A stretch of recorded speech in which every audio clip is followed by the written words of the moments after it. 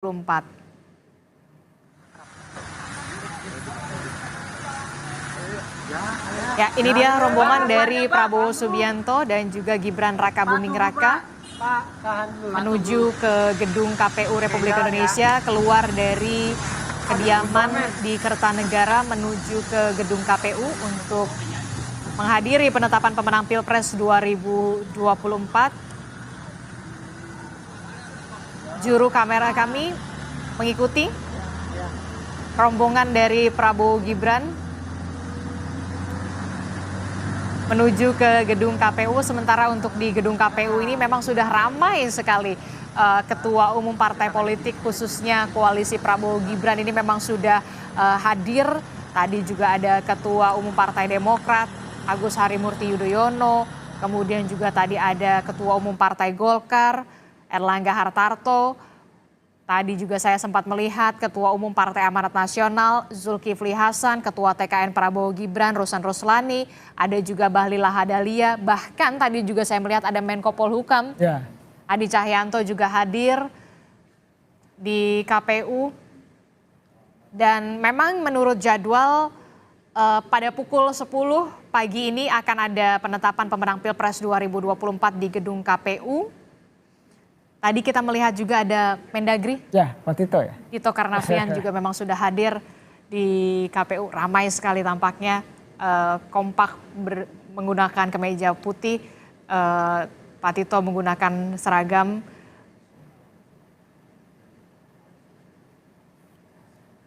Kita masih akan tunggu bagaimana perjalanan dari Kertanegara menuju gedung KPU di Imam Bonjol, Menteng, Jakarta.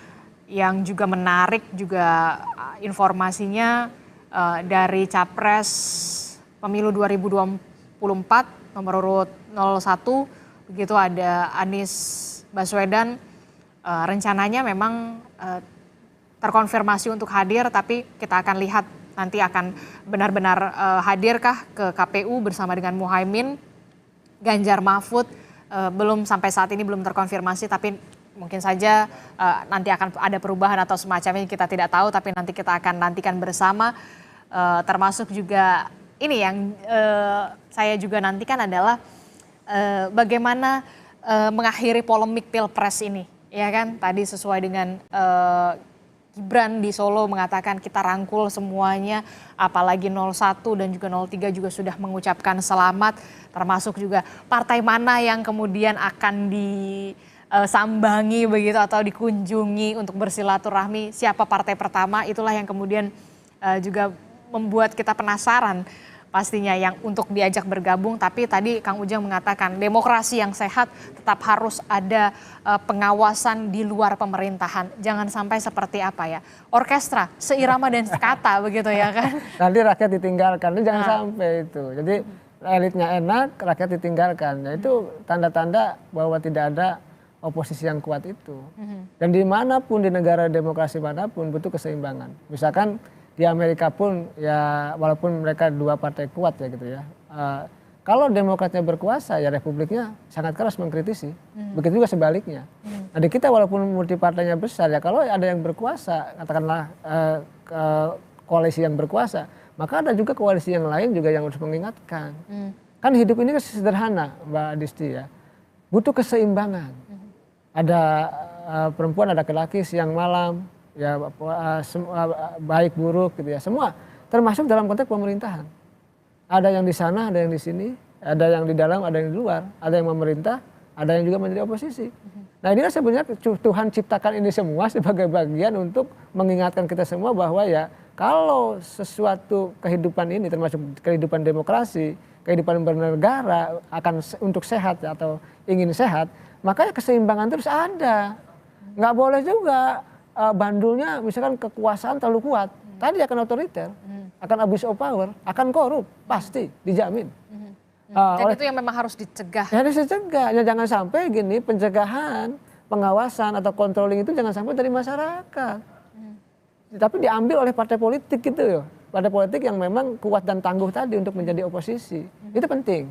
Karena kalau partai politiknya tidak mau ada yang jadi oposisi, kan lucu. Mestinya akhirnya diambil oleh rakyat, oleh akademisi, oleh civil society. Itu kan sesuatu yang tidak bagus begitu. Anda melihat PKS dan PDI Perjuangan nantinya akan berada di luar pemerintahan, walaupun memang kalau kita lihat PKS dan PDIP ini punya ideologi yang berbeda. Ya, memang tidak ketemu dalam konteks politik nasional, tapi jangan lupa di pilkada ketemu. Oke. Jadi saya melihat walaupun ideologinya berbeda, satu nasionalis, satu Islam, kepentingannya juga berbeda. Tapi kalau kepentingannya sama untuk ke depan, saya meyakini akan ketemu juga. Jadi ya jangan-jangan lebih kuat begitu jangan-jangan mereka karena bersama. Iya, karena jangan-jangan kalau lebih sama lebih galak dua-duanya untuk mengontrol pemerintahan Prabowo Gibran. Bisa jadi, dan itu mungkin kita butuhkan. Tadi kita ini membutuhkan pemerintahan yang kuat. Artinya koalisi pemerintahan Prabowo Gibran harus kuat. Tapi di saat yang sama kita membutuhkan oposisi yang kuat dan tangguh. Ini saya selalu ulangi untuk mengingatkan kepada segenap bangsa Indonesia termasuk partai politik, jangan sampai masuk semua. Boleh merangkul, boleh rekonsiliasi, tidak dilarang, bersatu boleh, tetapi jangan pernah meninggalkan konsep tadi ya, kekuatan penyeimbang itu. Check and balances itu sebagai pengingat dari Tuhan, keseimbangan yang harus kita jaga. Itu penting, Mbak Disti. Check and balances itu penting karena untuk tetap bisa mengawasi jalannya pemerintahan begitu ya, tetap harus ada begitu, karena memang demokrasi yang sehat memang harusnya seperti itu. Harus ada. Nah, kalau kita lihat nih, ini dia ada Ketua Umum dari Partai Solidaritas Indonesia, ada Kaisang Pangarep yang nampaknya lagi menunggu sang kakak begitu ya untuk hadir di gedung KPU bersama dengan Prabowo Gibran untuk sama-sama menyaksikan penetapan pemenang Pilpres 2024. Nah, ini dia dengan menggunakan kemeja berwarna atau jaket begitu ya berwarna merah, ada mawarnya begitu di belakang gitu kan. Nah, ini juga yang cukup menarik untuk kita ulik juga PSI ini, ya kan? Gimana Anda melihatnya? Yang gimana? Apanya? Sisi mananya nih? Nah, ini kan udah pasti kan, apakah nanti juga akan ada jatah menteri begitu kepada PSI? Ya, kalau kita lihat dari... Jangan-jangan Kaisang masuk juga nih ke jajaran menteri? Jangan-jangan. Kalau dulu kan begini, kalau Pak Jokowi ya, kalau Pak Jokowi partai kecil, partai non-parlemen, tidak jadi. Ya kan? Nah, ini kan partai non-parlemen kan? Nah, jangan-jangan memang di pemerintahan ke depan non-parlemen akan jadi. Karena begini, Yusril juga kan saya dengar PBB juga dapat. Oh ya? Saya dengar saya benar atau tidaknya, dapat 2 bahkan. Saya tidak tahu. Karena makanya Yusril pandai dari awal berkoalisi, dari awal mendukung gitu loh. Ya itu sebagai sebagian strategi. Karena, apalagi ketua tim hukumnya. Tapi di zaman Pak Jokowi yang lalu, ketua tim Pak Jokowi juga, tapi tidak dapat juga. Ya kan? Karena tidak dapat menteri, maka yang dikasih sekjennya jadi wamen. Tapi saya melihat di dalam pemilihan Prabowo Gibran ini kelihatannya partai yang non-parlemen pun, karena koalisinya sejak awal gitu ya, mendukung sebagai basis kekuatan pendukung Prabowo juga, kelihatannya ada juga mendapat kursi. Yang non-parlemen pun mungkin PBB, saya dengar Gelora juga mendengar dapat, ya mungkin PSI pun dapat. Saya melihatnya seperti itu sih. Satu-satu dapat lah ya. Kelihatan sih dapat lah. Tapi Anda melihat Kaisang akan menduduki porsi itu? Soal Kaisang atau bukan, saya tidak tahu. Tapi PSI-nya kelihatannya akan ada dapat jatah itu. Saya melihat begitu. Itu. Tapi ya apapun itu ya tergantung dari Prabowo Gibran itu sendiri ya, yang menentukan, yang punya hak prerogatif untuk menentukan siapa yang akan dipilihnya, baik dalam partai politik pendukungnya maupun pengusung maupun dari kalangan profesional. Tetapi kita juga punya catatan dong gitu ya, bahwa sebagai anak bangsa, sebagai kritikus, sebagai media, untuk yang mengingatkan kepada mereka, cari dong yang bersih, cari dong yang bagus, cari dong yang berintegritas, yang mampu bekerja. Yang mampu bekerja, kan semua ada ukurannya, ada indikatornya, ada parameternya. Jadi tidak hanya sekedar populer saja di media sosial. Tidak bisa begitu. Bangsa ini dibangun berbasiskan pada keahlian dong, bukan berdasarkan kepada hal-hal lain. Jadi kalau mereka menterinya ahli ya, berintegritas, apalagi Pak Prabowo mengatakan bahwa nanti pemerintahnya tidak akan korupsi kan. Ya. Cari dong, ya betul kan. Jadi menteri-menterinya nanti jangan ada yang terindikasi. Kalau dulu kan periode Jokowi pertama ditandai oleh KPK tuh. Oh, udah ada. Ya, padahal belum tentu juga benar gitu. Yang periode kedua enggak, di los-los aja yang terindikasi korupsi itu banyak. Bahkan menteri-menteri yang sekarang terindikasi korupsi aman-aman aja tuh. Ya, artinya ke depan kalau ingin memperbaiki bangsa, kan musuh berat bangsa ini salah satunya korupsi. Oleh karena itu ya tadi Prabowo Gibran punya kewajiban untuk menuntaskan janji kampanye dalam konteks pemberantasan korupsi. Karena sudah tahu penyakitnya itu. Ya tolong dirubah dong. Dari masa ke masa, dari presiden ke presiden belum mampu ya meningkatkan indeks persepsi korupsi yang baik, yang melonjak gitu. Nah inilah sebenarnya momentum Prabowo Gibran untuk bisa melakukan itu. Nah, masyarakat menunggu janji itu dan mudah-mudahan sih Prabowo Gibran bisa tadi ya membawa harapan, secerca harapan publik gitu untuk mengeksekusi, merealisasikan janji-janji kampanyenya, khususnya dalam konteks pemberantasan korupsi. Mengemban tugas amanat rakyat 5 tahun mendatang bukan kata yang ringan, apalagi sulit sekali untuk benar-benar menjadi pemimpin yang amanah. Ya gitu agak sulit, berat dan itu ujiannya besar. Mungkin presidennya ingin amanah, tapi orang-orang di sekitarnya, atau pendukung-pendukungnya, ada partai politiknya. Nah kita ini ada dalam sebuah sistem yang mohon maaf sudah rusak. Oleh karena itu menatanya agak berat. Kita ada dua, ada sistem, ada orang gitu. Sistemnya baik, orangnya nggak baik juga nggak bisa. Iya, jadi dua-duanya harus baik. Nah, kenapa kalau saya mengikuti teorinya Bourdieu, Mbak? Kenapa kita pasca reformasi nggak pernah berubah? Ya, nggak ada yang berubah, lihat dari reformasi. Korupsinya makin tinggi, kerusakan moralnya luar biasa. Kita ini ya, kita akui lah. Termasuk kita juga banyak kesalahan. Kenapa tidak berubah 98 sampai sekarang? Bahkan cenderung akan setback gitu ya. Padahal kan reformasi gitu ya, kan. Karena mentalitasnya tidak ada yang berubah. Habitusnya tidak ada yang berubah. Dulu zaman Orde Baru kalau boleh kita katakan dan kita sama-sama paham gitu ya. Korupsi di belakang meja kayak gini. Sekarang kan dengan meja-mejanya. Pak Mahfud MD mengatakan bahwa sebagai Menko Polhukam, korupsi tengok kanan tengok kiri atas bawah semua korupsi.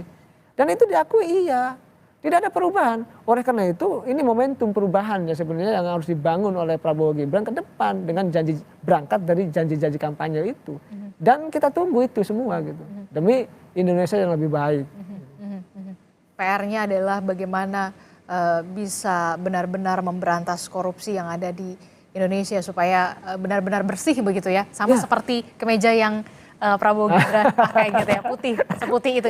Kita berharapnya seperti itu ya. Mudah-mudahan kita harus optimis dan kita percayakan, makanya kalau nanti bisa atau tidaknya kita kritisi bersama begitu. Oke, dari pantauan udara visual drone yang kita terima dari pilot drone Kompas TV, tampaknya ini rombongan dari Prabowo Subianto dan juga Gibran Rakabuming Raka ini sudah tiba di gedung KPU.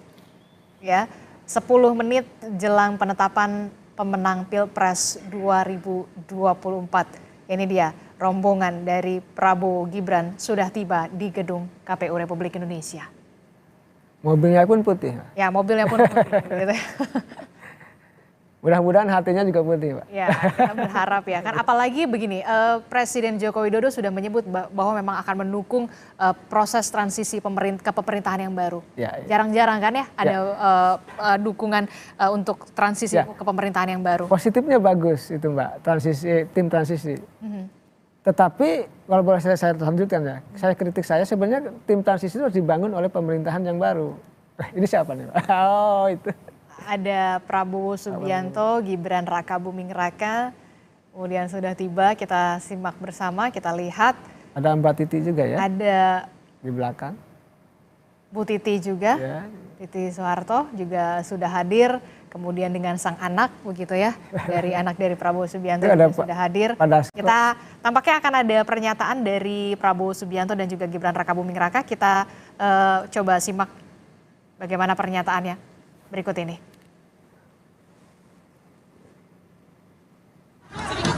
Tapi aman. Kan nggak kedengeran ya. Jadi terima kasih kita hari ini datang ke KPU sebagai bagian dari proses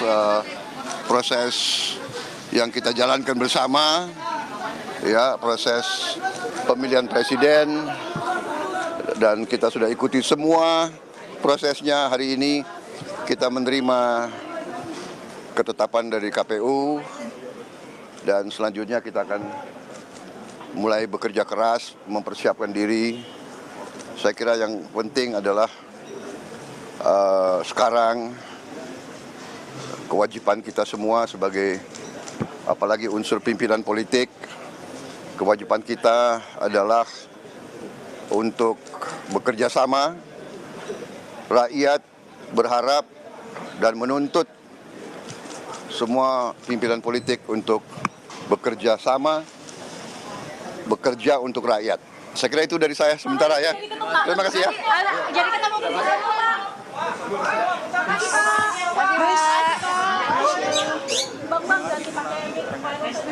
Ya, baru saja kita simak bersama pernyataan dari Prabowo Subianto didampingi oleh wakilnya yakni Gibran Rakabuming Raka, yang saya underline adalah di garis bawahi bekerja sama untuk rakyat. Itu dia. Apa yang Anda baca dari pernyataan Prabowo? Ya, kalau kita bicara bekerja sama artinya Prabowo Gibran harus kompak. Partai koalisi harus kompak. Nanti yang armada baru, misalkan koalisi yang baru, partai baru juga harus kompak. Nah, kekompakan ini menentukan untuk keberpihakan kepada rakyat. Nah, rakyat ini memang begini Mbak, masa sih negara yang katanya kaya, kita ini tidur di atas emas, tidur di atas batu bara, tidur di atas